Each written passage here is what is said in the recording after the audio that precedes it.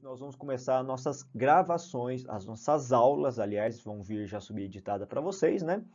E essas aulas todas, elas são relativas aos nossos exercícios, tá? Muitas vezes a gente não consegue trabalhar esses exercícios em sala de aula por conta da nossa rotina. Muito pesado, muito conteúdo, então eu decidi fazer esses videozinhos e disponibilizá-los para a resolução exclusiva de exercícios que vocês têm na apostila Octa+, beleza? Na parte de literatura, neste momento, no caso. E para começar, vamos para a primeira aula. Vocês podem pegar a referência para vocês aí, apostila número 1, aula 1, na página 199, que é aquela aula inaugural sobre literatura mesmo, falando dos preceitos, dos conceitos básicos, beleza? E olha só que bacana esse texto, tá? Esse texto que começa a nossa aula já marca um tipo de texto que brinca muito com as palavras, com as rimas. E olha o título do texto que chama bastante atenção, que é o relógio.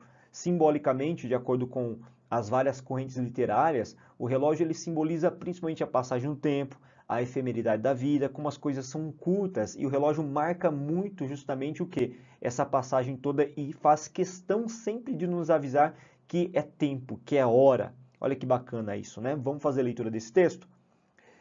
Quem que sobe as escadas batendo liso degrau, marcando o surdo compasso com uma perna de pau? Quem que tosse baixinho na penumbra da antessala, porque resmunga sozinho, porque não cospe e não fala?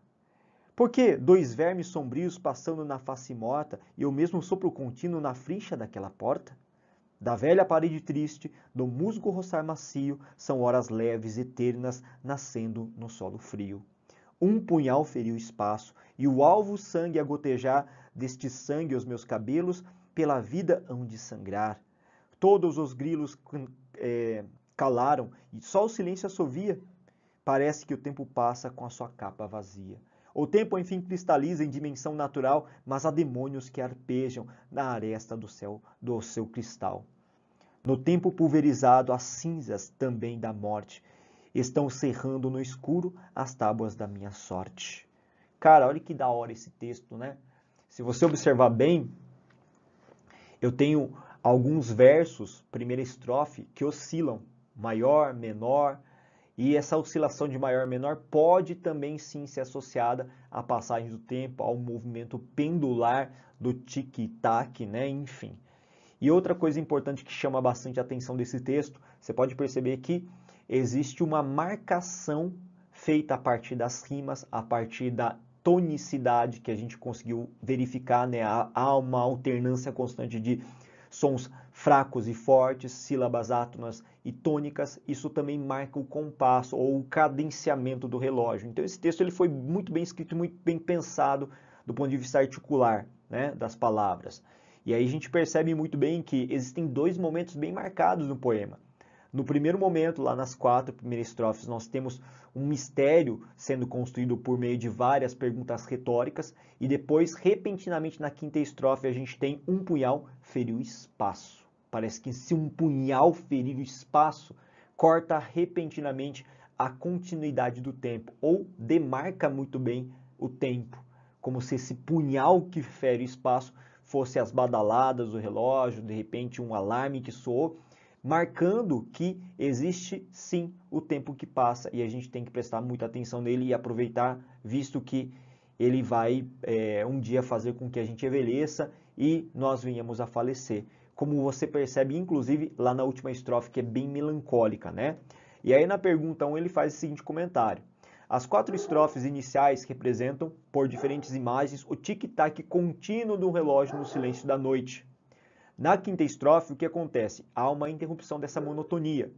Identifique o verso dessa estrofe que representa o soar da hora eu nomei em seguida de acordo com uma figura de linguagem empregada. Vocês perceberam, né, que esse verso que é justamente aquele que eu comentei.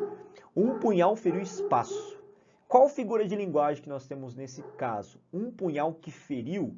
Veja que eu estou dando características humanas a um punhal. Então, nesse caso, eu acabei atribuindo a essa figura uma personificação prosopopeia, ok? Mas ele pergunta mais uma coisa, né? Ainda com base na 5ª estrofe, expresse em seu enunciado completo a transformação sofrida pela aparência humana. O que esse punhal que fere espaço ele está decretando no final das contas? Que da passagem para a juventude à velhice, eu tenho a percepção de que o envelhecimento está associado, a gente está envelhecendo. E isso marca muito tacitamente que nós vamos morrer um dia. Então tá aí uma resposta possível para vocês, é só tirar um printzinho para que vocês possam anotar aquilo que eu falei, beleza? Vamos lá para a próxima questão agora, para as próximas. Galerinha, agora nesse caso nós temos a questão 2 e 4, que são referentes a um texto do Cláudio Manuel da Costa. Vamos lembrar que ele é um autor Arcade, ele pertence ao arcadismo brasileiro, estética essa que veio depois do barroco e é que antecede aí o romantismo, ok? Veja a estrutura do texto, são 2 quartetos e 2 tercetos, todos versos decassílabos rimados, ou seja, eu tenho uma estrutura de soneto aí nesse caso, beleza? Bora lá? Onde estou? Este sítio desconheço. Quem fez tão diferente aquele prado? Tudo outra natureza tem tomado, em contemplá-lo tímido esmoreço. Uma fonte aqui houve, eu não me esqueço de estar a ela um dia reclinado. Ali um vale, um monte está mudado. Quanto pode dos anos o progresso? Árvores aqui vi tão florescentes que faziam perpétua a primavera, nem troncos vejo agora decadentes. Eu me engano, a região esta não era, mas que venho a estranhar se estão presentes meus males com que tudo degenera. Vamos tentar entender um pouquinho a dinâmica desse texto antes de fazer a resolução, obviamente, para ajudar vocês, né? Vocês perceberam que esse texto ele tem um sentimento meio que melancólico, né? Você percebe que na primeira estrofe, por exemplo, existem várias perguntas retóricas. Onde estou? Esse sítio desconheço. Quem fez tão diferente esse prado? Remetendo a um aparente conflito que ele parece mostrar. O que acontece, na verdade, é que esse poema ele foi feito ao meio de um contexto em que o Cláudio Manuel ele volta para o Brasil depois de uma temporada na Europa. E quando ele volta para o Brasil, ele realmente começa a estranhar a região em que ele mora. Parece que está tomado por um outro aspecto. Quando ele saiu daqui, estavam de um jeito e quando ele volta, ele se encontra de uma outra forma. Mas só que não é só isso. O Cláudio Manuel da Costa transcreve aí seu lírico a condição de tristeza também muito evidente. Ele está muito triste, seu lírico. E aí no finalzinho do texto você percebe uma coisa. Não é na verdade a natureza que simplesmente está degenerada ou triste ou melancólica. É ele mesmo. E aí a gente percebe uma característica até que faz uma antecipação do romantismo. O fato é que a tristeza que ele exibe ao observar a natureza decadente é uma tristeza interna, ou seja, a natureza manifesta aquilo que a gente tem por dentro. E isso é muito comum, mais comum do que parece, tá, gente? Pensem vocês, no caso, numa situação em que vocês estão tristes, são bem melancólicos. Não é natural que o ambiente se torne também hostil quando a gente se sente mal? Então existe uma relação muito íntima entre o espaço descrito e a condição na qual esse indivíduo aí se encontra, ok? Lembra também uma outra situação que Minas, Vila Rica, atual Ouro Preto, onde o Cláudio Manuel residia no Brasil, ele está passando por um processo também de grande mineração. É o período de aurífero, de extração do ouro, né, lá em Minas Gerais. Ok? Então é natural também que na cidade em que morasse houvesse uma grande agitação promovida por conta do excesso aí de exploração do ouro. Número 2, ele pergunta o seguinte: nesse soneto são comuns as inversões, como se vê no verso quanto pode dos anos o progresso. E que em ordem direta assume a seguinte redação. Então é uma questão gramatical na verdade. Ele quer saber, nesse caso, qual seria a ordem direta, a transformação da ordem direta dessa expressão, quanto pode dos anos o progresso. Veja o seguinte, antes de mais nada. Existe uma figura de linguagem, que é essa justamente que ele cita, que é a inversão, que também é chamado de hiperbatô, então não se esqueçam disso. Toda vez que você for remetido a uma questão como essa, sempre procura encontrar primeiro o verbo, né? O verbo é o verbo poder que está aí. Então, depois que você encontrar o verbo, você tem que encontrar o sujeito, ok? O sujeito é o quê, gente? Pensa comigo. Não é o progresso dos anos? Então, esse é o sujeito da oração. E o quanto parece ser uma expressão, um pronome interrogativo. Na verdade, é um pronome exclamativo, né? Já que a gente tem uma exclamação no final da construção. E esse pronome vai vir antes. Portanto, a alternativa mais correta que traduz a ordem direta seria a letra C. Quanto o progresso dos anos pode fazer. Beleza? Então, sempre que você tiver dúvida em relação a transformar para a ordem direta, encontra o verbo e a partir do verbo encontra o sujeito. Quem pode? É o progresso dos anos que pode. Quanto progresso dos anos pode, meu Deus, mudar tanta coisa? É isso que ele tenta expressar aí. Esse tipo de questão lembra que cai bastante na VUNESP, ok? Tanto FAMEMA quanto o UNESP propriamente dito. Agora a questão número 3, que trabalha em cima desse poema também, vamos lá, né? É uma questão sobre figura de linguagem. Identifique a figura de linguagem empregada por Cláudio Manuel da Costa no verso destacado da questão número 2, aquele verso que a gente estudou anteriormente. E eu já antecipei a resposta. Toda vez que a gente faz uma inversão da ordem direta da frase, é o hipérbato. Não confundem com a expressão hipérbole. Hipérbole é uma coisa, hipérbato é outra coisa completamente diferente. Cuidado, beleza?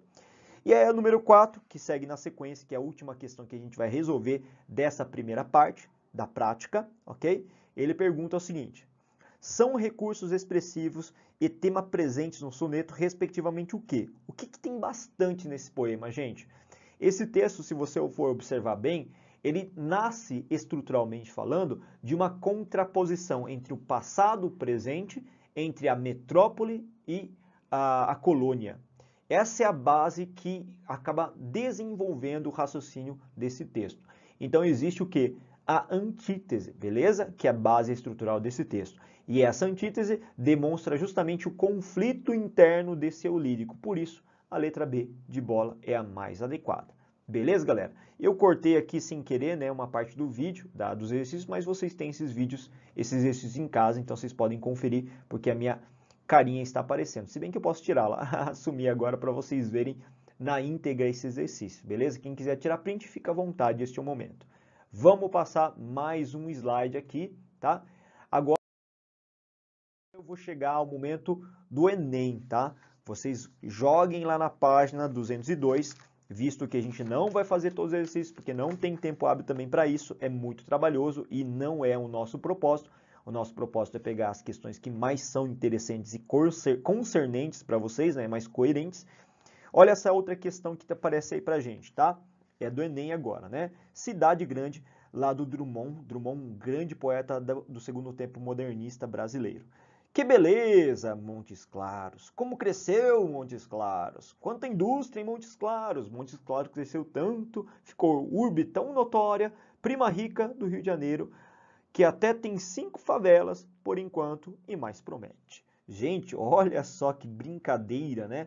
O Drummond parece zombar dessa situação. Cresceu tanto que já tem favela, tanta favela. Então, o que você percebe bem claramente nesse texto? Não existe um teor muito sarcástico, muito, palavra-chave, irônico. Então, já sabe a resposta, só pode ser a letra C, que aborda justamente essa ironia para uma reflexão crítica a respeito do processo urbanístico, beleza?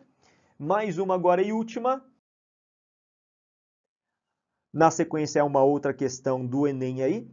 Olha só esse texto que a gente tem, um enunciado inicial. Érico Veríssimo relata em suas memórias um episódio da adolescência que teve influência significativa na sua carreira como escritor. Lembro-me de que certa noite, eu teria uns 14 anos, quando muito, encarregava-me de segurar uma lâmpada elétrica à cabeceira da mesa de operações, enquanto um médico fazia os primeiros curativos num pobre diabo que soldados da polícia militar haviam carneado. Apesar do horror e da náusea, continuei firme onde estava. Talvez pensando assim, se esse caboclo pode aguentar tudo isso sem gemer, por que não hei de poder ficar segurando esta lâmpada para ajudar o doutor a costurar esses talhos e salvar a sua vida? Desde que adulto comecei a escrever romances, tem-me animado até hoje a ideia de que o menos que o escritor pode fazer numa época de atrocidades e injustiças como a nossa é acender a sua lâmpada, fazer luz sobre a realidade do seu mundo, evitando que sobre ele recaia a escuridão propícia aos ladrões, aos assassinos e aos tiranos. Sim, segurar a lâmpada, a despeito da náusea e do horror. Se não tivermos uma lâmpada elétrica, acendemos o nosso toco de vela ou, em último caso, risquemos fósforos repetidamente como um sinal de que não desertamos nosso posto. Veja que ele fala da importância do olhar crítico do escritor, que o olhar crítico do escritor tem uma fundamental relevância na atuação para eliminar ou dirimir a ignorância da sociedade. Nesse texto, por meio da metáfora da lâmpada que ilumina a escuridão, Érico Veríssimo define como uma das funções do escritor e, por extensão, da literatura, o que exatamente? Vamos fazer uma denúncia, não é? Vamos mostrar a realidade, vamos revelar o que ela tem de pior no caso. Então, letra C, nossa alternativa mais adequada. Galerinha, voltei aqui embaixo na tela. Muito obrigado por vocês apreciarem essa aula. Lembrando que tudo isso aqui eu faço realmente com muito carinho para vocês, espero que vocês gostem, tá? Apesar das nossas limitações, às vezes técnicas, etc., eu quero que vocês utilizem esse material de uma maneira muito produtiva. Então, até a próxima aula. Muito obrigado por assistir a gente aqui, beleza?